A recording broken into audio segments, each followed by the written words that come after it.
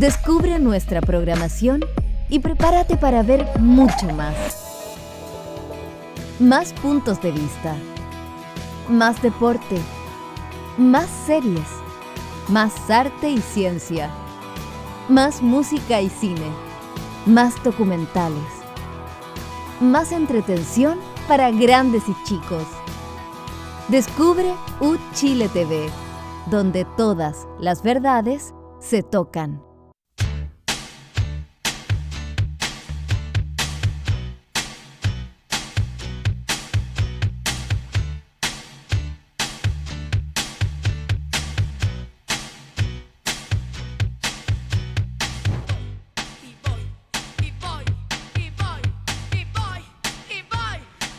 ¿Qué tal? ¿Cómo están ustedes? Muy buenas noches, bienvenidas, bienvenidos a un nuevo capítulo de Descabelladas.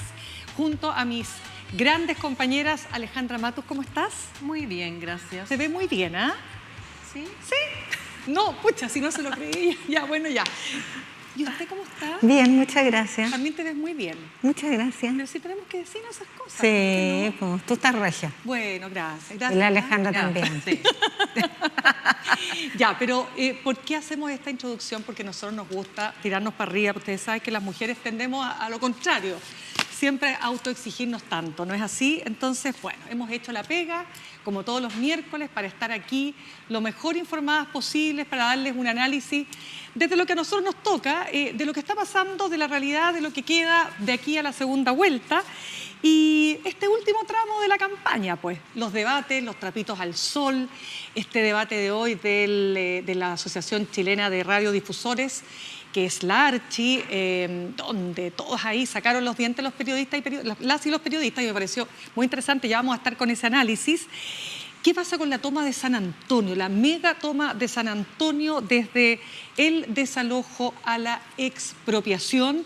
Vamos a estar analizando también los alcances que tiene esta medida y también vamos a hablar de la not crisis migratoria, porque se instaló esta semana con candidatos y senadores electos como Rodolfo Carter, ¿no?, que llegó a Arica cuando él fue electo por Araucanía, pero en definitiva un despliegue ahí para también levantar, y ya vamos a estar también analizando una not crisis, como la hemos llamado, realmente una crisis migratoria o una exageración producto del calor de la campaña.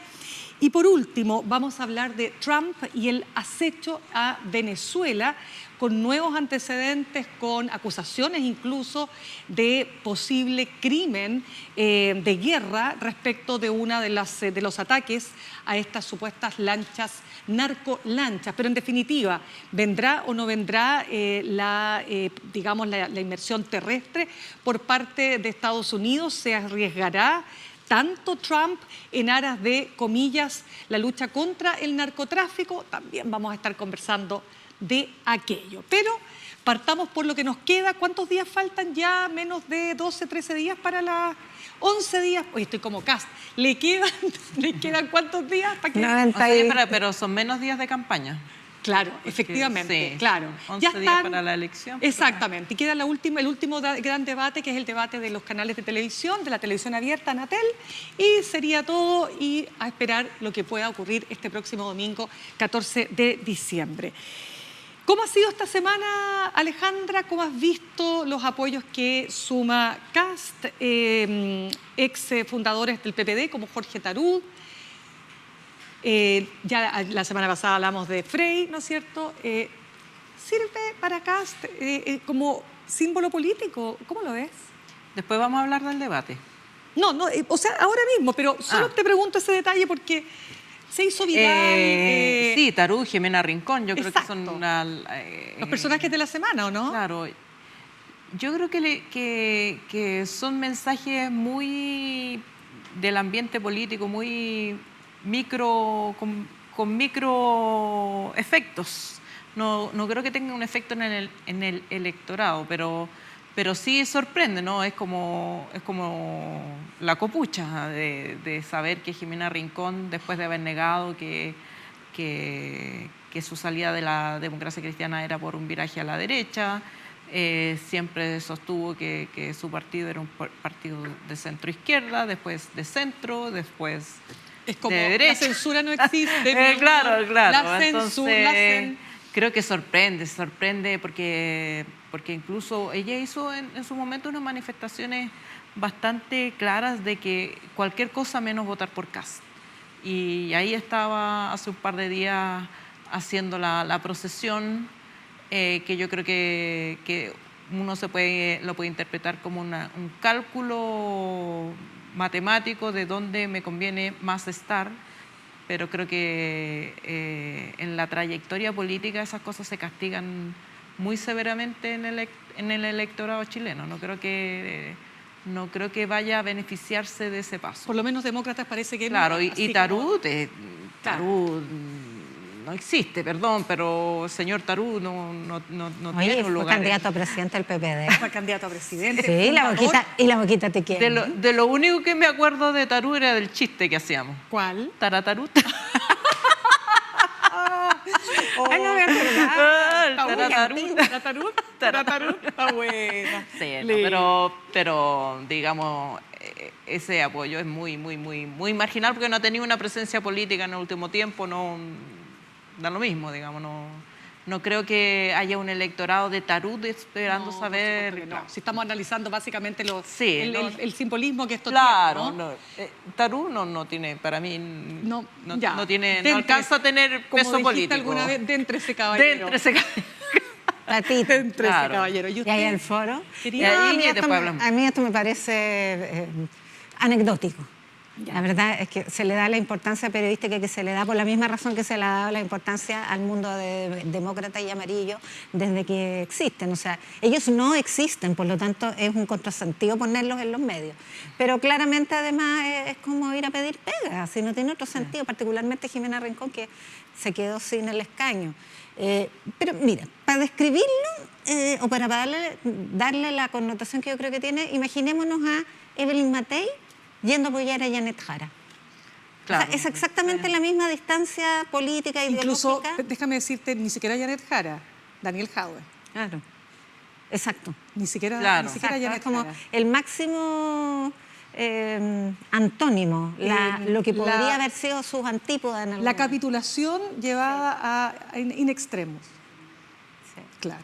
Pero bueno, no vamos a centrar este programa naturalmente en una foto que insistimos también acá y todo el mundo sabe, los expertos lo dicen todo el rato. No mueve ni un ápice la aguja, pero da para comentar. Ojo, no estaba Ignacio Walker.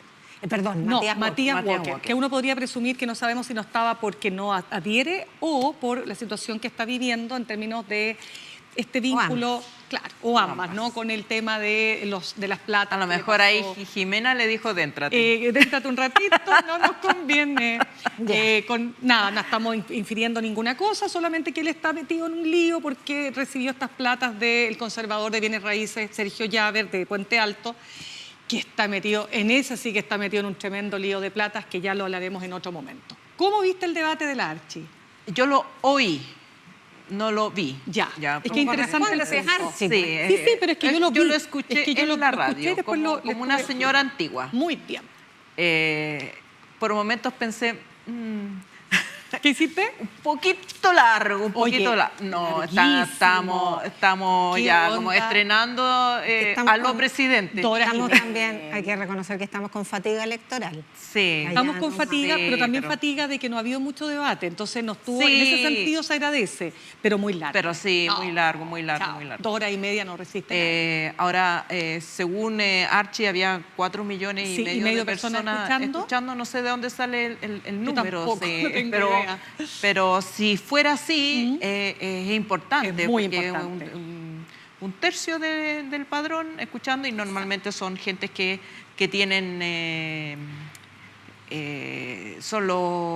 a los que los otros le van a preguntar, oye, claro, como los líderes de opinión de cada casa, estaba todo el mundo conectado al debate. Y a mí me pareció que en términos generales, Kast perdió más puntos que Janet Jara, que Janet Jara hizo un papel donde demostró conocimiento y manejo político, demostró conocimiento de áreas técnica, o sea, estaba muy enterada de el desarrollo, el momento de ciertas políticas públicas. Ningún momento, ninguna pregunta la sorprendió como no sabiendo de qué se estaba hablando, y en cambio Kast demostró escaso conocimiento de los temas, posturas que, digamos, en algunos casos igual demostró quién es, y para eso sirvió, digamos, que sigue siendo el hombre de extrema derecha, que está dispuesto a indultar a Krasnov. Pero no lo dijo. Pero lo dijo dándose una vuelta. Lo dejó flotando. Lo dejó flotando, dándose estas vueltas, así como, y el depende, yo creo que quedó patentado el depende del depende. No obstante lo cual, a mí me parece que el formato debate obliga a Janet Jara a estar como rindiendo examen, a estar en un papel más duro, y que se ha visto en otras elecciones, sobre todo en Estados Unidos, de que hay un sesgo inconsciente del electorado que no les gusta a las mujeres, no les gusta ver a mujeres en el rol que se atribuye masculino, en el rol de la que tiene el conocimiento y además la que interpela, confrontacional. Claro. En general, los electores premian en las mujeres la delicadeza, la ternura, digamos, el arquetipo de la elección de Michelle Bachelet. Que yo me acuerdo cuando Michelle Bachelet era candidata que se quejaban personas, pero no dice lo que piensa, porque precisamente la ventaja o el mérito de su candidatura era que era una proyección emocional de muchos anhelos. Entonces no necesitaba, y tal vez era inconveniente decir qué es lo que iba a hacer, mejor el silencio, y proyectaba esta figura maternal. Cuando Janet Jara se pone en el debate, tiene que asumir un rol que a mí me parece bien, en términos de como mujer, no es una crítica que lo haga, tiene que defender sus conocimientos, su postura, su fortaleza, pero me parece que esa asertividad cuesta puntos en el electorado, que lo puede considerar arrogante o antifemenino, que es lo que pasó. O sea, los ejemplos que tengo a la mano son Hillary Clinton, que ganó en los debates con Trump, sin embargo el electorado estadounidense prefirió a Trump.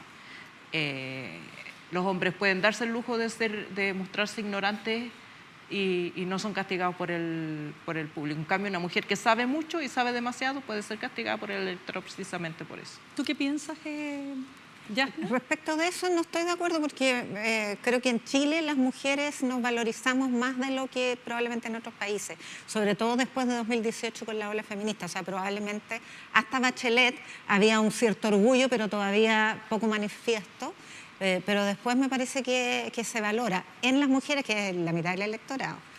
Y en general, fíjate, se ha producido un fenómeno paradójico. Por un lado, de acuerdo a las encuestas y todas las investigaciones más académicas también, la ciudadanía está dispuesta a perder libertades.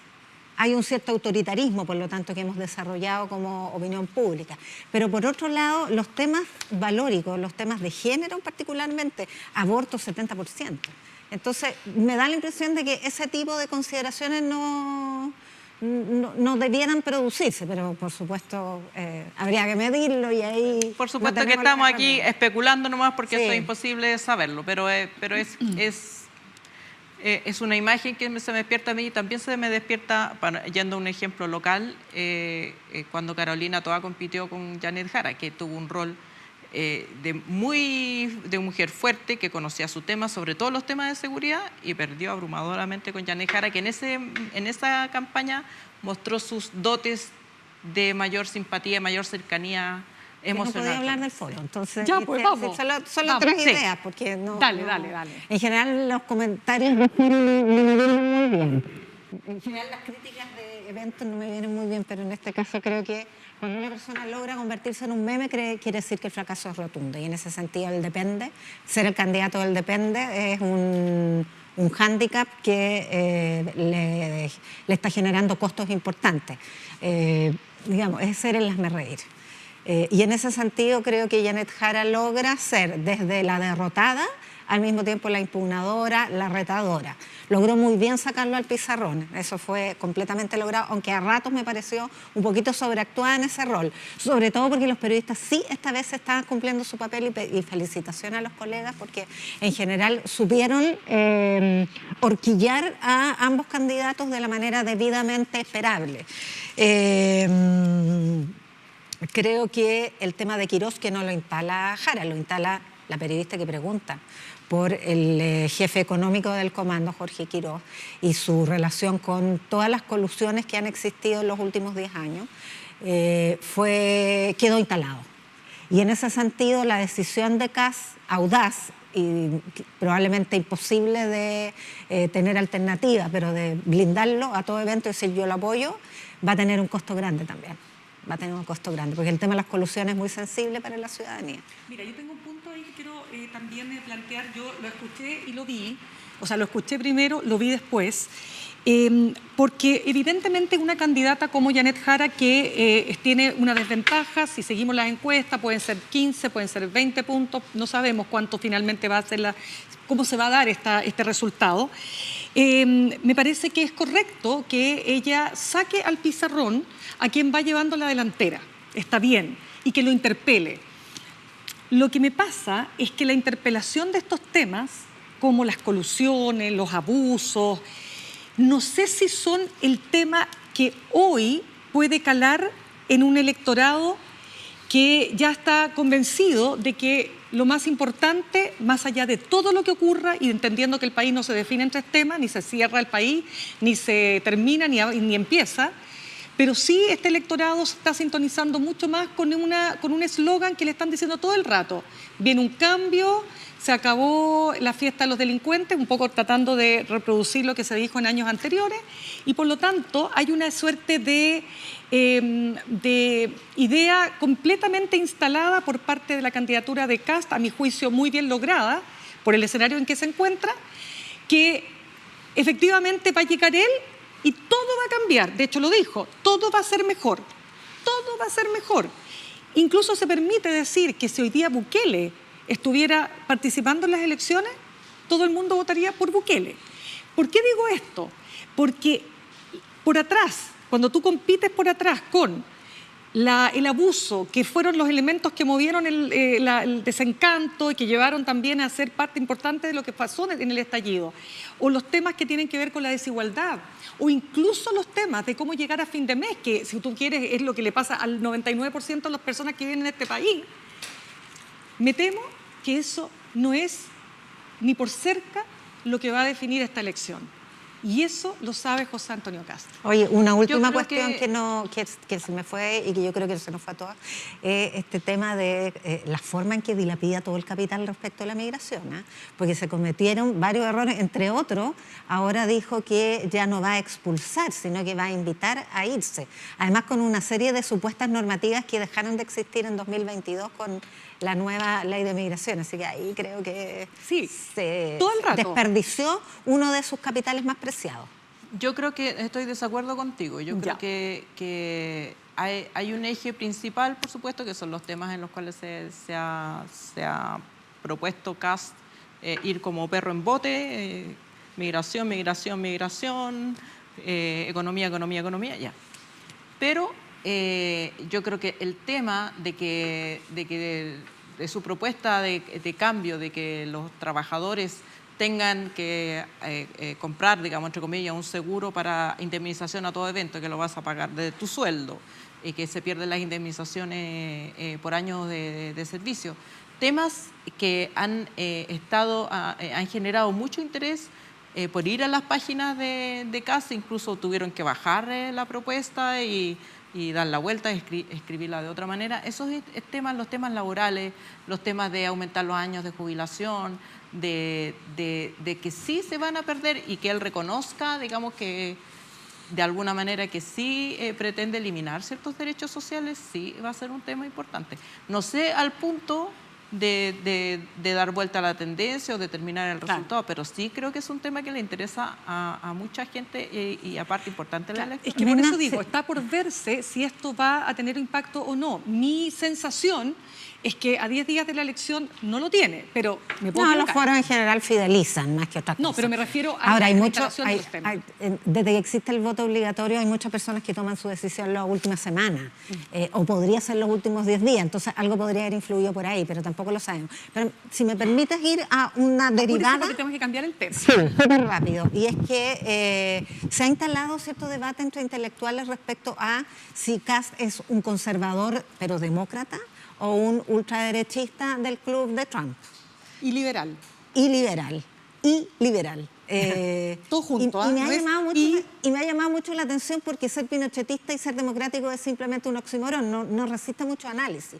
Pero, por si tuviera duda, sale un artículo que es un perfil de José Antonio Kast en el Financial Times, me parece que la edición que se conoció ayer, que se titula, o sea, imagínense el intransigente que quiere hacer grande a Chile de nuevo. O sea, lo pone exactamente en la familia de los ultraderechistas del mundo, que es la ola que tenemos desde aquí al lado con Milei hasta Hungría con Orbán. Claro. Bueno, y lo dijo Longueira también en Tolerancia Cero, que Kast estaba volviendo a las raíces de lo que había sido la UDI, que le dio la razón en que Guzmán hubiera votado por él y no por Matei, que le está devolviendo la mística al sector y tal vez en un lapsus dijo que el propósito era restaurar la obra del 11 de septiembre. Y además está hablando de una concertación de derecha.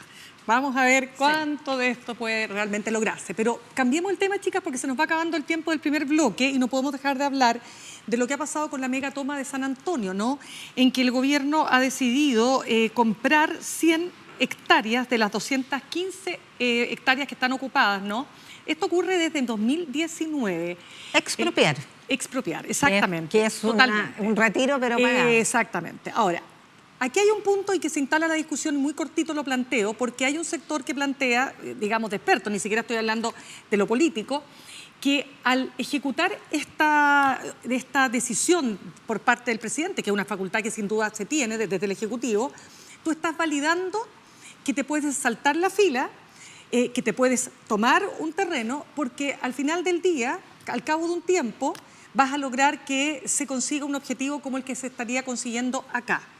Es un tema súper difícil de traducir, porque en 5 años son 10.000 personas con 3.000 niños, ¿no?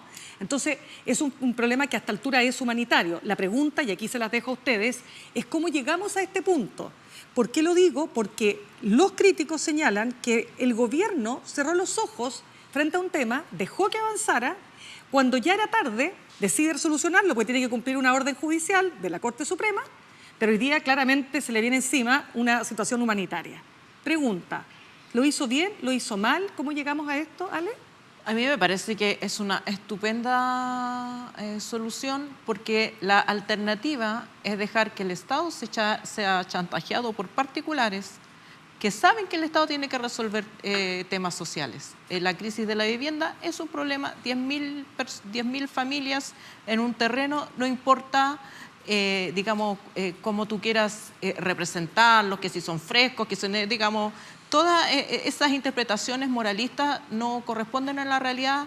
Las personas viven en campamentos porque no tienen otro lugar donde vivir y se asentan, digamos, en un gran número, en un lugar, no porque estén, digamos, tratando de saltarse la fila. Me parece que uno siempre puede encontrar a alguien que se está aprovechando del pánico, pero en general un problema de esta magnitud es un problema social. Ahora, ¿cuál es la solución que tenía el gobierno? Y trató de hacerlo por 6 meses, negociar con los particulares. Pero los particulares saben que como el gobierno en algún momento va a tener que resolver, le suben el precio. Es una especulación con un terreno que no tiene otro destino y que lo más sensato era venderlo. No lo quisieron vender. La expropiación no significa que van a quedar sin su dinero, sino que simplemente se les va a pagar un precio de mercado que establezca una comisión técnica. A mí me parece que la expropiación es un instrumento legal necesario para hacer políticas públicas y se usa cotidianamente, sin problemas, para construir carreteras, y ahí nadie alega de que la gente está abusando de Si la la pregunta es, institución. ¿cómo llegamos a esto? Porque se dice, los críticos, y te vuelvo a decir, ahora ya no te doy la palabra, ¿por qué el gobierno no tomó decisiones antes de que esto siguiera creciendo hasta convertirse en un problema humanitario? O sea, 12.000 personas con 3.000 niños en un conjunto de viviendas podría haber resultado en una situación de violencia dramática. Por lo tanto, me parece de toda evidencia, del todo evidente que no hay alternativa que negociar Hoy y día, buscar salidas hoy alternativas. día, pero te Es pregunto que este es antes. un toma que tiene 6 años. Entonces, cortémosla de culpar a quien no la tiene. Estas tomas, que son 22 megatomas que se produjeron durante la pandemia, que tienen que ver con la pandemia, con la crisis migratoria y con el crimen organizado, que en algunos casos usurpa y lotea ilegalmente para lucrar con estos terrenos, es lo que ha generado estos 22 campamentos, mega campamentos. Por lo tanto, cuando se instaló la bomba de tiempo fue cuando se permitió que se instalaran ahí.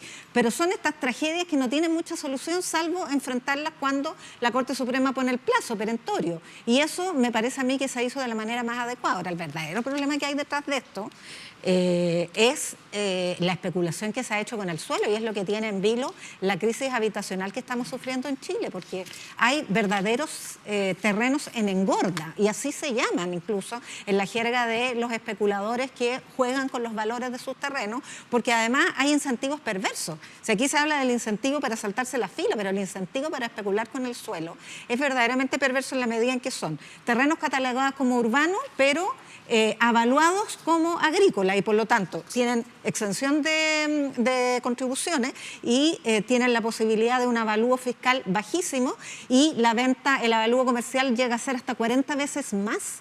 Entonces, ese es el verdadero origen. Se requiere una regulación para que los especuladores de suelo, que es el caso de la familia dueña de este terreno San Antonio, porque cobrar 0,4 UF el metro cuadrado en un lugar donde está emplazado no tiene ningún sentido, está fuera de toda magnitud razonable. Bien, se nos acaba el tiempo, chicas, vamos a ir a una pausa, pero antes quiero contarles que con algo de nostalgia, pero también con alegría por el camino recorrido, cerramos esta temporada de sesiones de Museo Violeta Parra este sábado 6 de diciembre a las 21:30 horas. Nuestra última invitada es Valentina Peralta, quien nos regala una presentación íntima y emotiva para despedir este ciclo. Y no dejemos de decir que vamos a estar conversando en nuestro bloque de entrevistas con Francisco Vidal, pues. Francisco Vidal, el vocero se llamaba a sí mismo, todavía no llega. Francisco Vidal, que es vocero, la candidata Jara no tiene voceros, pero él representa el comando de Janet Jara. Vamos a estar conversando Sí tiene con él. voceros. Ella... No, sí, pero ha nombrado voceros. No, porque ella decidió tomar, bueno, pero ahí lo Ya. conversamos, ya, no importa. Vamos a ir al corte y al regreso vamos a estar hablando de la not crisis en el norte de Chile. Ya volvemos.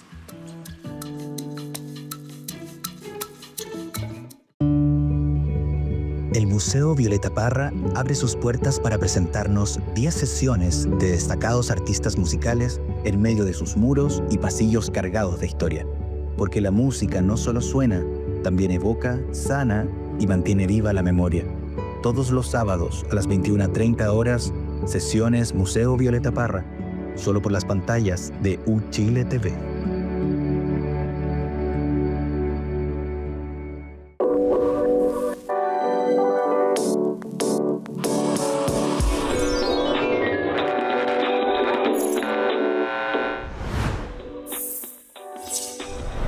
La segunda temporada de Revelados es una realidad. Ya tuvimos el privilegio de tener diversos invitados, artistas de distintas disciplinas de nuestro país que nos comparten sus maravillosas historias, y vamos por más. Así que las y los espero todos los lunes a las 22 horas por las pantallas de UChile TV, televisión pública para todo Chile. Nos vemos.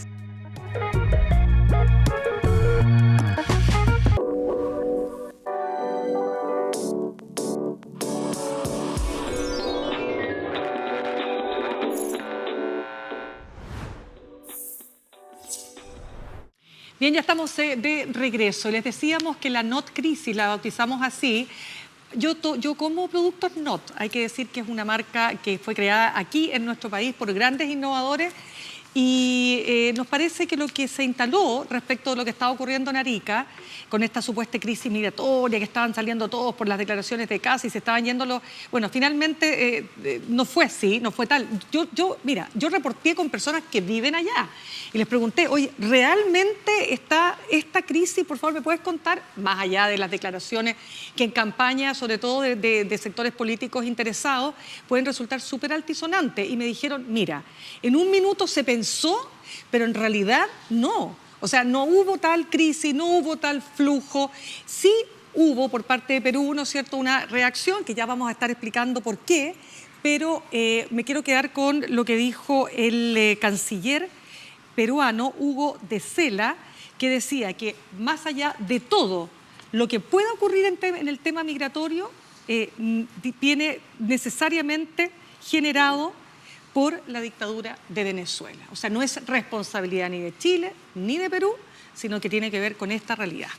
Bien, partamos ya, Levín. ¿Cómo lo viste? Lo que pasó en la frontera entre el puesto de Chacayuta y de Santa Rosa fue un error reconocido por el canciller Hugo Sela de los militares peruanos que debutaron en un control fronterizo para el cual no estaban preparados.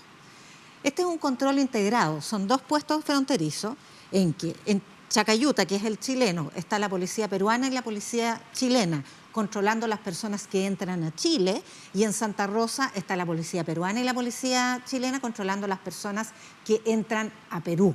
Son integrados. Lo que hicieron los militares peruanos fue, sin saber cuál es el procedimiento de ese paso fronterizo, hay entre uno y otro puesto alrededor de 100 metros y se pusieron en la mitad para bloquear el paso de las personas que al ir a Perú correspondía ser controladas en Santa Rosa y no en Chacayuta. Eso es todo lo que pasó y eso generó una aglomeración de unas 40, 50 personas durante un par de horas. Y se solucionó rápidamente porque se desactivó una operación que estaba mal diseñada desde los militares, y la policía peruana le explicó a sus militares compatriotas, oiga, esto no funciona así. Ahora, lo que pasa ahí, y esto es un secreto a voces de ese paso, es que pasan las personas que son regulares, que son migrantes regulares, y los migrantes irregulares, como no pueden pasar sin identificación, aquellos que no la tienen o que la tienen vencida, esperan hasta la noche, pasan el paso chileno que no los controla, porque si van a Perú se controlan en Santa Rosa, y en la mitad tienen que pagar una coima de $100, la tarifa está incluso establecida, y luego los espera un taxi para llevarlos a Tacna, que cobra $50 más. O sea, ese es un mecanismo que está casi institucionalizado de soborno. Uf, Ale. Y un secreto a voces. Bueno, lo dijo el alcalde de Arica, que no había ninguna crisis. Ahora, yo creo que es importante también notar el momento de Perú, que tiene un presidente interino que necesita reforzar su autoridad y genera este plan que también es populista para el lado de allá, de reforzar con militares la frontera, no, la de Chile es la menos importante, sino que la más importante es con Ecuador, que es para tratar de, entre comillas, detener el flujo que viene desde Venezuela.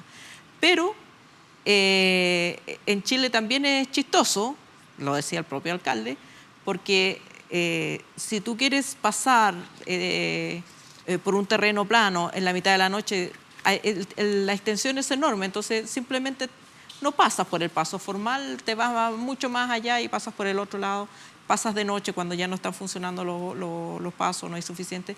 Y ahí, como en ese terreno, se disgregaron 50 soldados peruanos. Lo que él describió es que había una aglomeración de 18 personas en algún momento, personas que no tenían su documentación para pasar o qué sé yo, que en ninguna categoría es una crisis.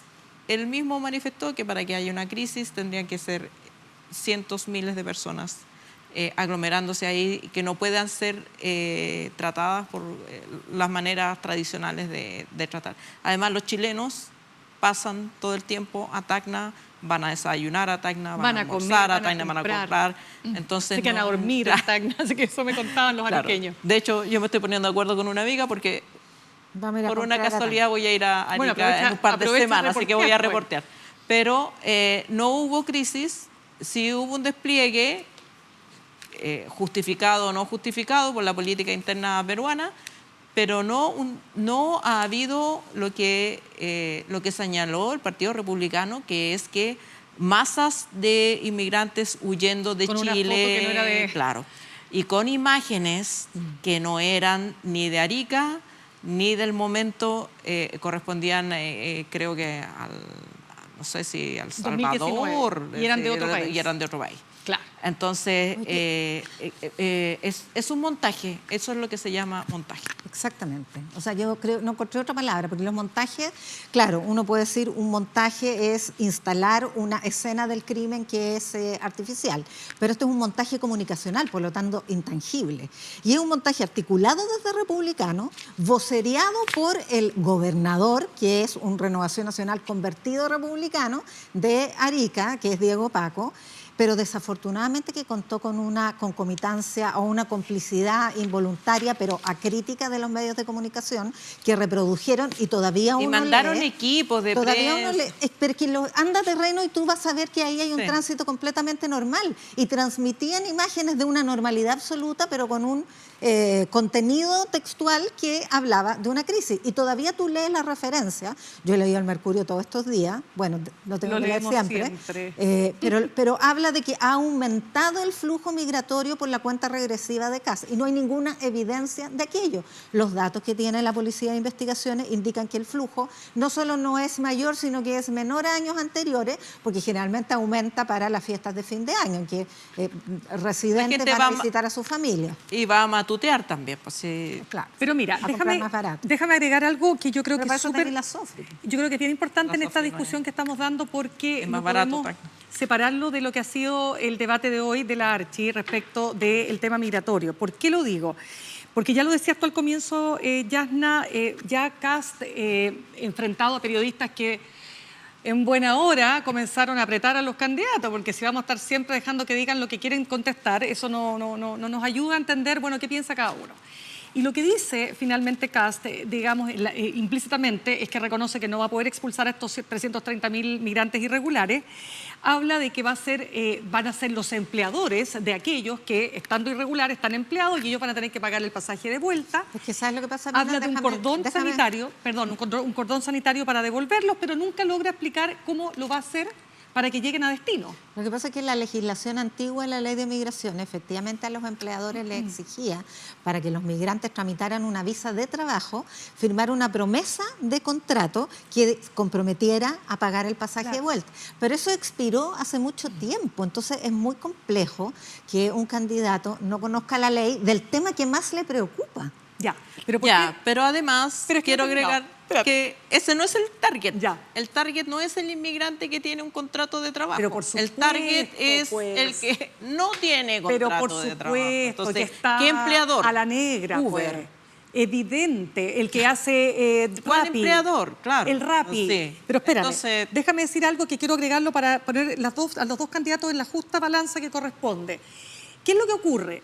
Janet Jara, que ha hablado de empadronar, porque de alguna manera tú tienes que saber quiénes son, pues si no sabemos hoy día cuántos son, qué características tienen, porque solo sabemos que son irregulares y una cifra más o menos negra, porque para saber exactamente la cifra ellos tendrían que haberse autodenunciado, pero resulta que la autodenuncia no está haciendo no hay mucho incentivo para ir a autodenunciarse, menos ahora.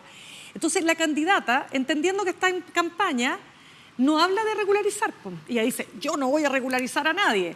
Claro, uno entiende que en campaña no puedes decir eso porque es políticamente incorrecto. El problema es que respecto de estos 330.000, los expertos te dicen, estoy hablando de gente no delincuente, no estoy hablando del Tren de Aragua. Es que no es tan simple como decir que no los vas a regularizar, sobre todo cuando tienen hijos nacidos en Chile que van al colegio y que tienen vidas armadas acá, donde tenés una dictadura que hoy día acá, apostando poco menos que de aquí a marzo el señor Maduro no va a estar. ¿Te fijas? Entonces, ojo con este tema. Yo lo pongo en su balanza porque creo que los dos no están diciendo lo que corresponde decir como un futuro jefe de Estado. Y un futuro jefe de Estado se tiene que hacer cargo de esta realidad, y esta realidad implica que tarde o temprano vas a tener que reconocer a estos migrantes que ya están, con todas las implicancias que eso tiene. Ahora, me pareció muy gracioso que Kast dijera que a Maduro le quedan los mismos días que a él le faltaría en teoría para asumir el Además gobierno. tiene información que no sea, tiene el Congreso estadounidense. Claro. Bueno. No, pero como atribuyéndose que como si él tuviera algún rol que jugar allí, o sea... Es que, de ya, nuevo, así, pero por favor. no deja de ser interesante que se abriera, porque yo creo que él ya se está dando cuenta que su propuesta de echarlos en 98 días más, 90 días más, se cae a pedazos, como dicen que se cae el país a pedazos, ¿no es cierto? Entonces la propuesta se cae a pedazos, dice que va a negociar bilateralmente con los países, pero es obvio que lo tiene que hacer, es obvio que una salida como esta no pasa por decirle a los migrantes irregulares, señora, por favor vaya a comprarse el pasaje porque se va a tener que ir, váyase usted por las buenas porque si no lo va a tener que echar por las malas, entonces y más encima se van a quedar, los bienes que usted tenga los va a perder, cuestión que no es así, entre paréntesis, pero más allá de aquello, mucha chaya, mucho bluff, aquí este tema es súper complejo, ojalá fuera tan fácil, lo peor de todo es que siempre estas promesas de campaña se vuelven en contra. Chicas, cambiemos de tema, Bueno. porque está relacionado, pero está relacionado. La ofensiva de Donald Trump en Venezuela con una serie de despliegues militares, con una exhibición, digamos, del poderío militar, que uno se pregunta, ¿esto es para combatir el narcotráfico? ¿Hay otra sublectura que hacer? ¿Puede Donald Trump realmente invadir territorio venezolano, pasando por encima del derecho internacional, que duda cabe, pero particularmente considerando que él quiere el Nobel de la Paz? Y él dijo que su país no iba a volver a entrar en ningún conflicto armado como lo que ha ocurrido hasta ahora, hasta hace poco, ¿no? Con la cantidad de jóvenes que han tenido que ir a la guerra en Estados Unidos y, en definitiva, la muerte, gastándose millones y millones y billones, como les gusta decir a los gringos, de dólares para financiar guerras que han terminado incluso de la peor manera. ¿Qué hay detrás de esta ofensiva? Bueno, yo creo que Trump perdió toda credibilidad en decir que estas operaciones tienen un sentido de combatir el narcotráfico, porque acaba de indultar al expresidente de Honduras, Hernández. condenado por narcotráfico, por recibir coimas del Chapo, que en las declaraciones, en el juicio, decía... les vamos a meter la coca a los gringos por las narices y lo indulta diciendo que era un perseguido político más o menos. Espérate, y lo indultan en un acto además de solidaridad con el Partido Conservador, que está disputando voto a voto en la elección de Honduras, donde todavía desde el domingo no han terminado el escrutinio. Claro, y además dice que hay que votar por ese candidato en la misma compañero lógica, del narcotraficante, claro, que acaba de indultar. Claro. Entonces, yo creo que ese argumento perdió toda validez ahí. Y es obvio que a Donald Trump le interesa el petróleo venezolano más que la democracia en Venezuela. No está claro qué es lo que va a hacer, porque además, como siempre, ha sido una política muy errática, porque habló con Maduro este fin de semana y no se sabe lo que hablaron. No, se dijo que le había puesto un plazo hasta el 28 de noviembre para que dejara el poder con solo la garantía. Pero el 28 ya pasó. No, claro, pero que él le contraofertó una serie de condiciones imposibles de cumplir, como amnistía, retiro de la demanda en la Corte Penal Internacional, mantener sus bienes y los de todos sus colaboradores. Hasta el 9 de diciembre el ultimátum. 28 de noviembre. Ah, ya fue el ultimátum. Sí. Pero claro, no hay un nuevo ultimátum, tengo la duda. Ya, bueno, en cualquier caso, caso, no sabemos si eso efectivamente tampoco sería la primera vez que Trump miente o exagera, o no sabemos el contenido de la conversación, sabemos una parte. Y las fuerzas están ahí, están amenazando a Colombia. Lo que yo sí creo que hay es una cierta constatación de que Estados Unidos siente que Latinoamérica volvió a ser su patio trasero y que aquí hace lo que quiere y tiene mucha confianza en que no va a intervenir ni China ni Rusia. Los rusos, me da la impresión de que hay una especie de acuerdo. Bueno, te voy a dejar, Ucrania y te voy a Latinoamérica. te voy a dejar con Ucrania, a los chinos con Taiwán y acá Latinoamérica nosotros vemos qué hacemos. Ya. Mire, yo creo que efectivamente es insostenible a estas alturas indicar que la flota de la envergadura que está en el mar del Caribe tiene que ver con el narcotráfico, sobre todo por lo que apunta Alejandra, este indulto de un señor que durante 10 años permitió el ingreso de 400 toneladas de cocaína, es lo que se calcula que pudo llegar gracias a los sobornos que él recibió para permitirlo. El problema es que es muy exagerado el poderío naval como para detener las lanchas, las supuestas lanchas de narco, pero no es suficiente para una invasión terrestre. Y Trump ayer en el mismo reunión de gabinete en que contó esta supuesta negociación que había tenido con quien él llama el capo, porque además si estás negociando con el capo del Cartel del Sol, que como cataloga a Maduro, líder de una banda terrorista, entonces, bueno, es una política de negociación y de relaciones diplomáticas bastante errática, por decirlo menos. Pero si no puede hacer un desembarco con una ocupación territorial, porque es evidente que eso contraría primero a sus propios electores, segundo a toda la red de relaciones exteriores y defensa que lo rodea, que está completamente en contra de las incursiones militares en el exterior, ¿qué va a hacer? ¿Se va a devolver sin haber logrado nada o va a generar todavía una presión invadiendo, ¿no? Lo que significa invadir un país, sin la capacidad, primero, de establecer una transición democrática, porque eso es lo que tú necesitas. O vas a dejar destruido el Estado, bandas paramilitares peleando entre ellas y dejando un caos como el que se produjo después de la invasión a Irak, después del derrocamiento en Libia, de Gaddafi, o sea... Claro, a ver. No tiene mucha salida. Claro, pero mira, estaba leyendo también que Trump empezó ahora una ofensiva contra los somalíes que están viviendo en Estados Unidos. Una cuestión que ha sido también súper fuerte. Como que todos los días se levanta con Claro, a ver, ¿qué hago hoy día? Porque lo que pasa es que un liderazgo como él tiene que mostrar tiene que estar mostrando los dientes cada cierto tiempo. Cuando se le olvida que tiene que sacar los dientes de león, se acostó un día, se le olvidó, el otro día dice, pero tengo que volver a jugar el rol del león porque yo ofrecí esto. Cuando tú ofreces tantas cosas y no logran resultados como se esperarían, porque ojalá la vida fuera tan fácil, ¿no es cierto? Y simplemente tú echas a todo el mundo y redistribuyes en el mapa latinoamericano donde tienen que irse los hispanos y así es como el mundo se funciona y se resuelve. La vida no es así, lamentablemente, para él y para todos los que sufren, además, por estas redadas que ha hecho. Entonces, lo de Estados Unidos, lo de Venezuela le sirve para generar una imagen del efecto de la lancha siendo destruida, pero es una lancha.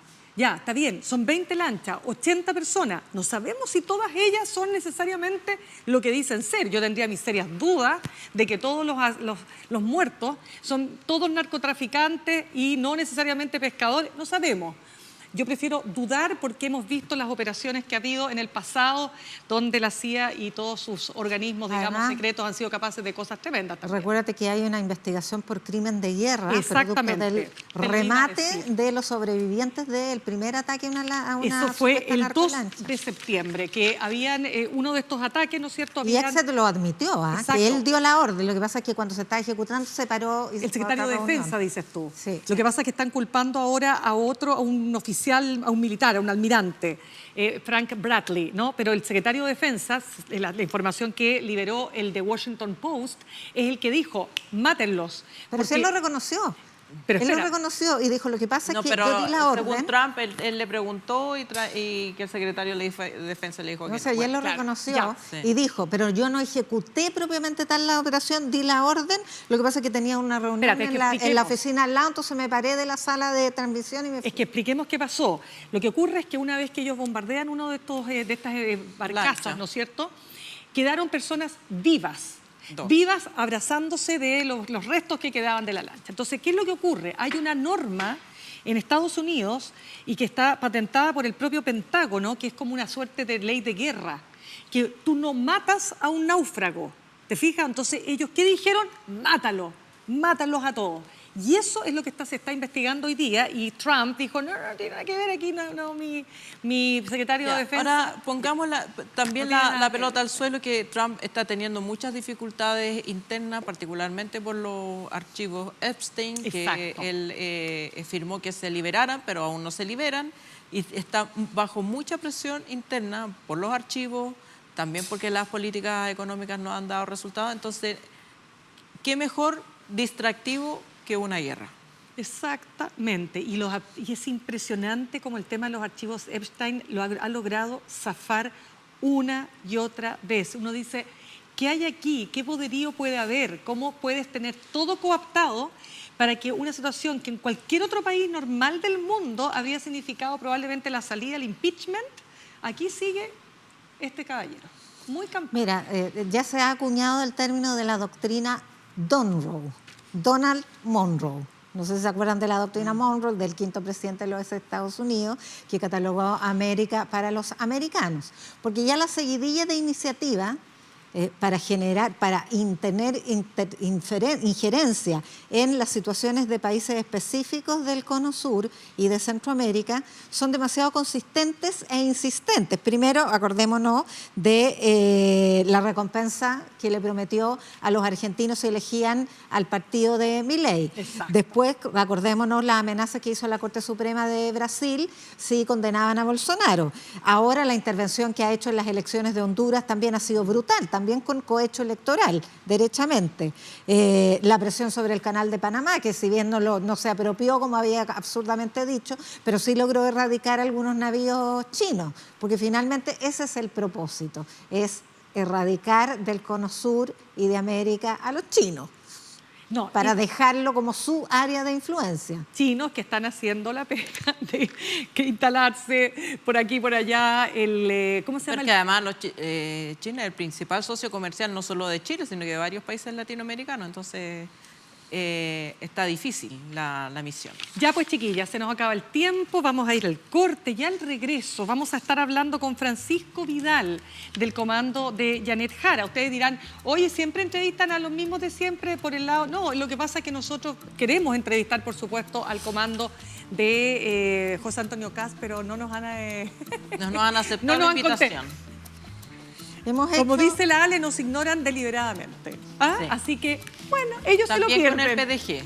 Y también con el Partido de la Gente hemos tratado también de llegar a ellos, pero bueno, nosotros, como dicen ustedes, como decimos nosotras, en pedir no hay engaño, ya se verá, ya vendrá ese momento. Nos vamos a la pausa y ya regresamos.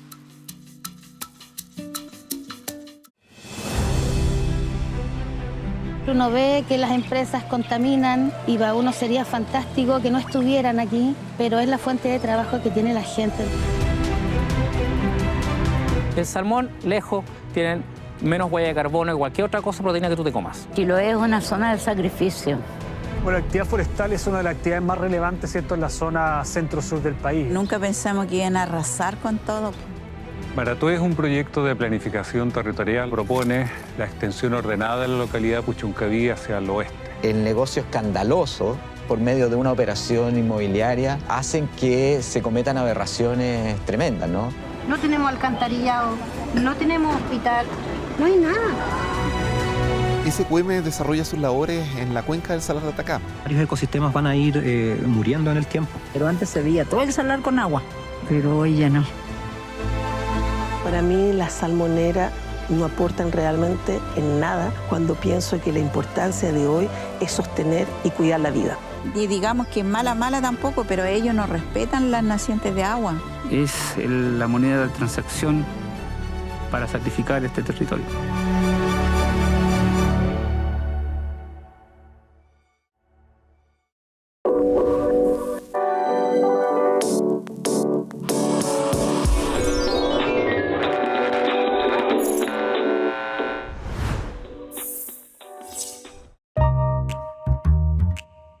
¿Cómo están? Mi nombre es Felipe Blanco, soy el conductor del programa Dominio Público, un espacio donde el pasado no es nostalgia, sino que es pura vigencia.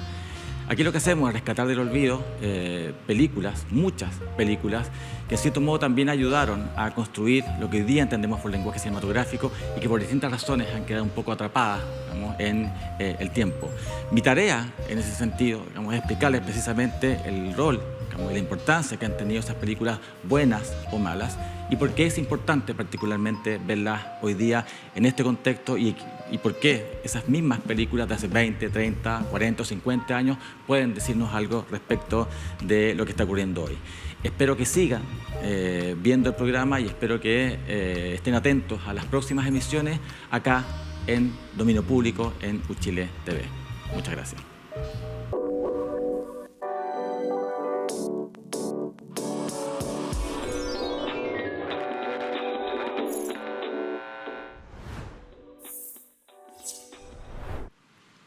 Ya estamos de regreso y se encuentra con nosotros Francisco Vidal, del Comando de Janet Jara.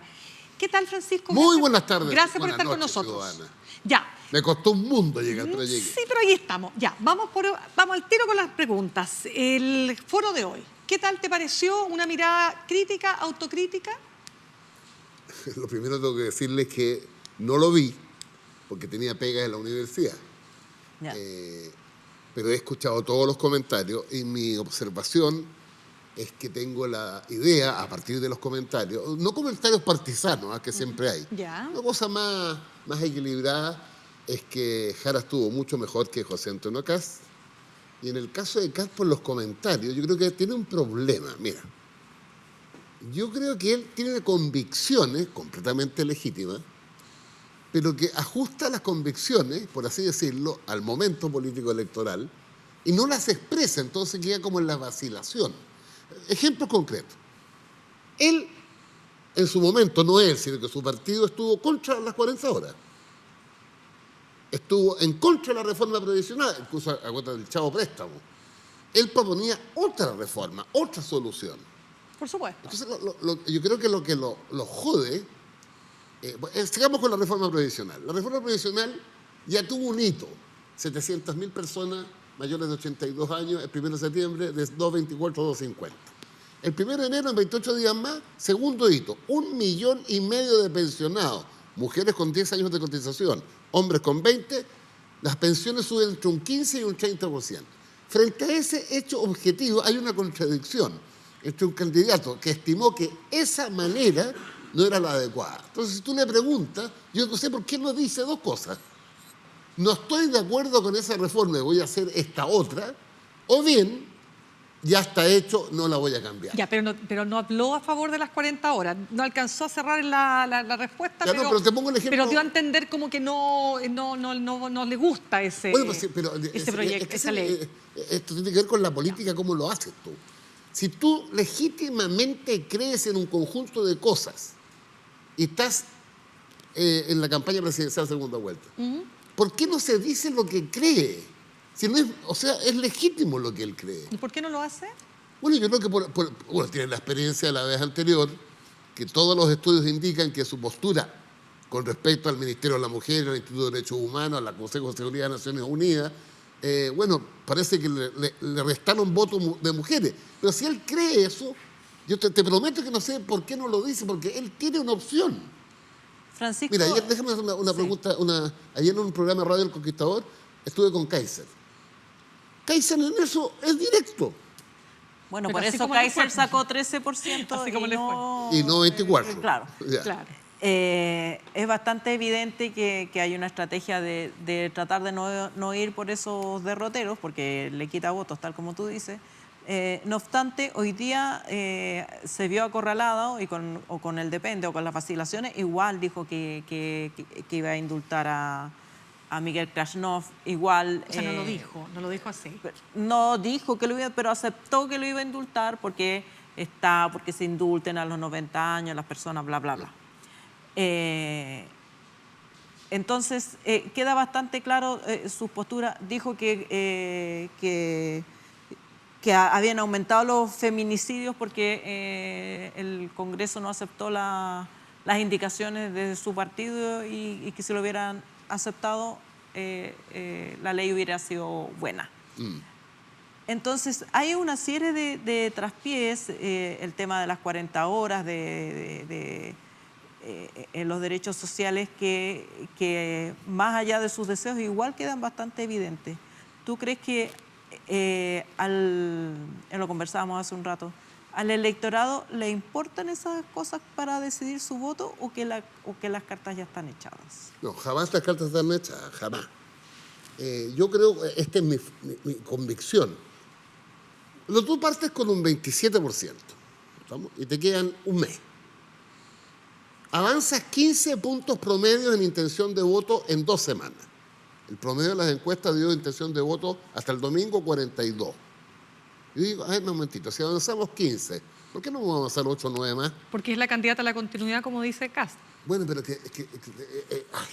entonces yo le respondo, si yo estuviera ahí, o sea, no queremos seguir con las 40 horas. No queremos seguir con el rollo de minero que llega a las 307 comunas más vulnerables, Puente Alto 6.000 millones al año, La Pintana 3.000, Cerro Navia 1.700. Con eso no. No seguimos con la ley Papito Corazón, 229.000 mujeres que recibieron lo que corresponde.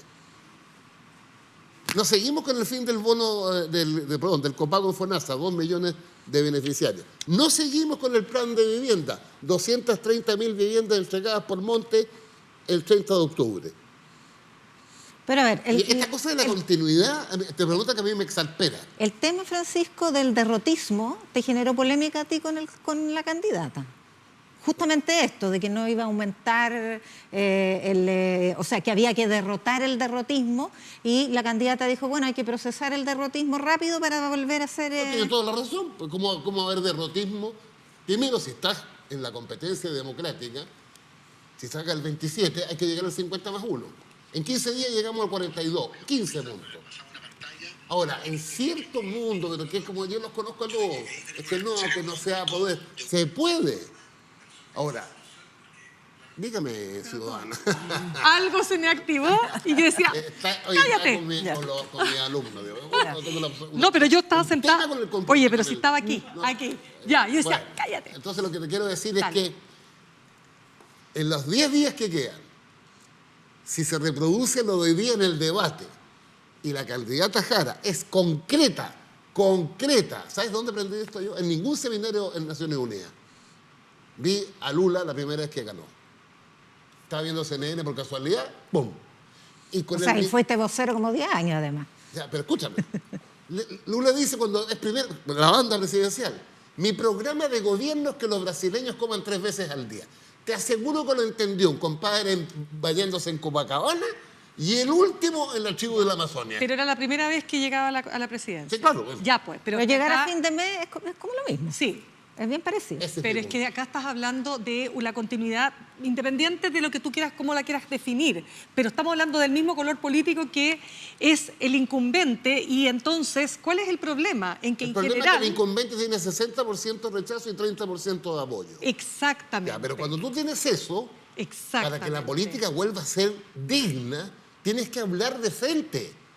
Y decirle al compadre, no la continuidad, correcto, no la continuidad de las torpezas, no la continuidad del indulto, no la continuidad de no decretar estado de excepción 2 meses pero después. Pero no admites que para la gente hoy día los temas más importantes se resumen en lo que acá le ha resultado exitoso. ¿Cuál es? Migración, seguridad, economía, empleo. Espérate un poquito, migración, que alguien me explique cómo tú expulsas a 340.000 personas. Voy a bajarle el nivel. Que alguien me explique cómo se expulsa al 1% de esa cifra. Okay. ¿Cómo se expulsa a 3.000 ciudadanos? Hoy día ya dijo que no iba a expulsar, sino que va a dar... que los iba a invitar a irse. Y que los empleadores tienen que pagar el pasaje de vuelta. Ya. Déjame estar ahí nomás. Ok, pero sigamos. Economía, él dice, ¿sabes cómo va a lograr el tema de subir el sueldo mínimo? Porque él no está de acuerdo con subir el sueldo mínimo. Los republicanos pero por votaron eso, en contra. él dice... Inversión, pero a tutti, costa de que esa inversión se traduzca en más empleo. Ya, pero esa es una vieja lógica. Ya, pero te pregunto. Lo que pasa es que vivimos, y después tengo una reflexión sobre nuestra pega. Vivimos en una desinformación brutal. La economía chilena va a crecer 2,4, 2,5, por sobre el promedio de América Latina.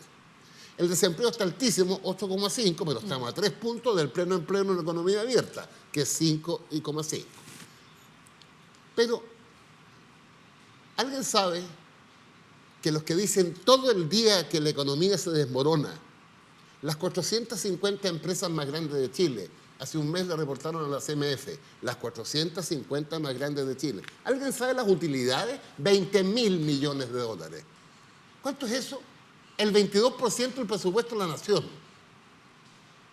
Comparado con el año pasado, 8% de incremento de las utilidades. Ya, ¿por qué hay entonces un 60% de rechazo? Porque se acumulan, se acumulan el tema de la seguridad, que es objetiva y subjetivamente está instalado, porque, mira la autocrítica, porque yo creo que no hemos sabido informar bien desde los partidos y desde el gobierno los avances concretos. Por ejemplo, en materia de seguridad, presupuesto Carabineros y la PDI, histórico. 65 leyes aprobadas en esa materia, histórico. Desplazamiento de las Fuerzas Armadas en la frontera norte, 46% de disminución de la migración ilegal, no de acuerdo a la Camila Vallejo, de acuerdo al general que está a cargo. ¿Alguien sabe que antes de ayer Urquiza, el hombre responsable de Piñera en la macro zona sur, sostuvo que en los últimos años los hechos de violencia disminuyeron en un 68%? Francisco, ¿alguien sabe que a los 28.000 compadres del sector público que se fueron a vacaciones con licencia, en paralelo había 80.000 del sector privado que hicieron lo mismo? ¿Alguien sabe que los 100.000 nuevos empleos, de acuerdo a Horizontal, a Evópolis, son 7.000? Del empleo público. Sí. ¿Qué tal? Francisco, pero hablemos de la sociedad chilena y de cómo entró este gobierno. Hubo un estallido social, el estallido social derivó en un proceso constitucional y el gobierno se la jugó por ese proceso. Pero decidió esperar el resultado y no implementó un programa o lo que tenía planificado como programa, que además también fue muy a los tropiezos, porque aparentemente los que ganaron no esperaban ganar, no tenían un programa claro. Ya. Pero acuérdate de Jackson, sí, que dijo que para implementar el programa había que esperar el 4 de septiembre. Exacto. Ahora, ¿qué pasó con el 4 de septiembre? Pero déjame terminar la idea. Que yo me entusiasmo. Ya, entonces, se perdió todo ese tiempo y todo ese ímpetu, el ímpetu de un gobierno que recién asume en eso. Y después parece que el gobierno ha ido como reaccionando. Entonces, como tú dices, aunque ha tenido cambios, logros significativos, como que los logros han salido de chiripa. No solo no se canta el resultado, sino que no se canta como plan, no se canta la bolita, yo pongo mis fichas acá, sino que resultan de la gestión política. Entonces, las personas tienen una decepción, por un lado, tú podrás decir influenciada por lo que sea, o por los movimientos pendulares de la sociedad, lo que sea, pero en ese movimiento pendular el gobierno tampoco ha sido un actor claro respecto de cuál es su brújula pero por eso está en el 30%. Ya. Claro, pero entonces, ¿cómo te paras ahí pero para...? Lo que se está jugando el domingo 14 no es un plebiscito sobre el gobierno, es sobre las propuestas alternativas de futuro. Vamos al tema. Pero mira lo que te pregunta, ¿cómo sacas ese eje? ¿Cómo sacas ese eje? Planteando las propuestas para adelante y no si hizo bien o mal atrás. Eso será en su momento, la crítica y autocrítica correspondiente. Pero si tú colocas el tema para adelante, la gente tiene que estar informada de las opciones. Cuando Quirós dice que en los primeros 18 meses se va a reducir el gasto público en 6.000 millones de dólares, yo le pido que no le responda a la Fundación Sol, que le responda al ministro de Hacienda de Piñera, que públicamente ha dicho que eso es inviable y que para poder hacerlo implica necesariamente cortar programas sociales relevantes. Francisco, tú eres miembro del llamado, no sé si todavía se llama, socialismo democrático. Francisco Huanchumilla, presidente de la Democracia Cristiana, ha dicho que si esta elección no resulta, la coalición actual no va a prosperar. ¿Cómo ves el socialismo democrático? Convergiendo con el Frente Amplio y el Partido Comunista en una única izquierda, volviendo a la alianza con la Democracia Cristiana versus lo que fue Apruebo Dignidad. ¿Cómo ves tú la política de alianza? La correlación de fuerza que se expresó en el Parlamento, a mí, en mi opinión, obliga, se gane o se pierda, a la unidad desde el Partido Comunista y la Democracia Cristiana, pero por así decírtelo, en dos bloques, porque tú no puedes englupirte mutuamente. Hay un bloque que es la izquierda tradicional, Partido Comunista, la izquierda nueva, el Frente Amplio.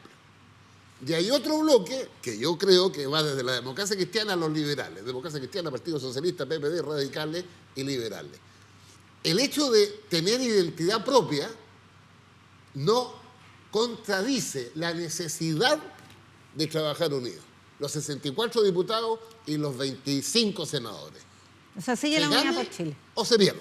Sigue unidad por Chile. Obvio. Que además nadie sabe que se llama así. Bueno, ese es otro tema, pero ¿Cómo has visto el apoyo de tus ex correligionarios de la Concertación a Kast? ¿Y cómo te imaginas un eventual gobierno? Te pregunto al tiro las dos cosas. ¿No? Mira, eso se resolvió. Jimena Rincón, espérate, Te voy a decir por qué. Jorge Pero se Tarú, resolvió. la foto. ¿Quién y resolvió Carlos Maldonado. dónde estaban los concertacionistas? ¿Tú o yo? No. ¿Quién ¿Quién lo resolvió? resolvió? Los concertacionistas, comillas de derecha, que votaron por Matei, 100 firmantes, y nosotros que nos quedamos con Jara. Ya. ¿Quién lo resolvió? ¿Quién? El pueblo, pues. ¿Cuántos eligieron ellos? Una diputada. ¿Cuántos elegimos nosotros? 30. Ya, o sea, ¿los castigaron, dices tú? No tengo idea. Ahí está el resultado. Ya. Es más que es una cuestión más simbólica el que aparezcan en la No, foto. y además, ¿Por qué? olvídate, porque el Ya. Mercurio, la segunda, la tercera, la cuarta, póngale. Póngale, Wendy. Se tiraba un silbido y primera Ok, página. Ya. Lo segundo, ¿cómo te imaginas un gobierno de Kast? ¿Cambió? ¿Se moderó? Porque eso es lo que dicen estos ex No, lo que pasa es concertacionistas. que, mira, lo que pasa es lo siguiente. La base política de Kast, los 76 diputados que tiene, van desde la demócrata, Joana Pérez, hasta los libertarios. Social cristiano, también. Claro, que son puede tres, ser incluso hasta claro. más allá de- Ya. Ese abanico requiere que el que lo conduzca abrirse. En consecuencia, yo creo que va a ser, en ese escenario sería un gobierno de derecha, más a la derecha que Piñera, pero no en los principios originales de republicano y libertario. Ok, no va a poder hacer todo lo que... No, sí, pero más allá de la voluntad. Sí. Cuando a mí me dijeron hace 4 meses que la segunda vuelta era entre dos alemanes. Después me dijeron que era la mayoría absoluta en la Cámara y en el Senado. Y después me dijeron, ya era con fiebre esto, Ya. que iban a tener 89 diputados, 29 senadores para hacer las reformas que se les vinieran. Ninguna de esas 3 pronósticos se cumplió. Esos pronósticos están muy fundamentados en las encuestas y Fíjate lo que dice París. en las encuestas y en la reverberancia que tienen las encuestas en los medios de comunicación. ¿Cómo ves ese tema de... Mira, ustedes son 3 periodistas, les voy a decir lo siguiente. Y yo enseño a periodistas. Yo creo que tenemos que tener un debate. A concho. Voy a poner 2 ejemplos. ¿Me gustan los ejemplos? Sí. Última encuesta de victimización.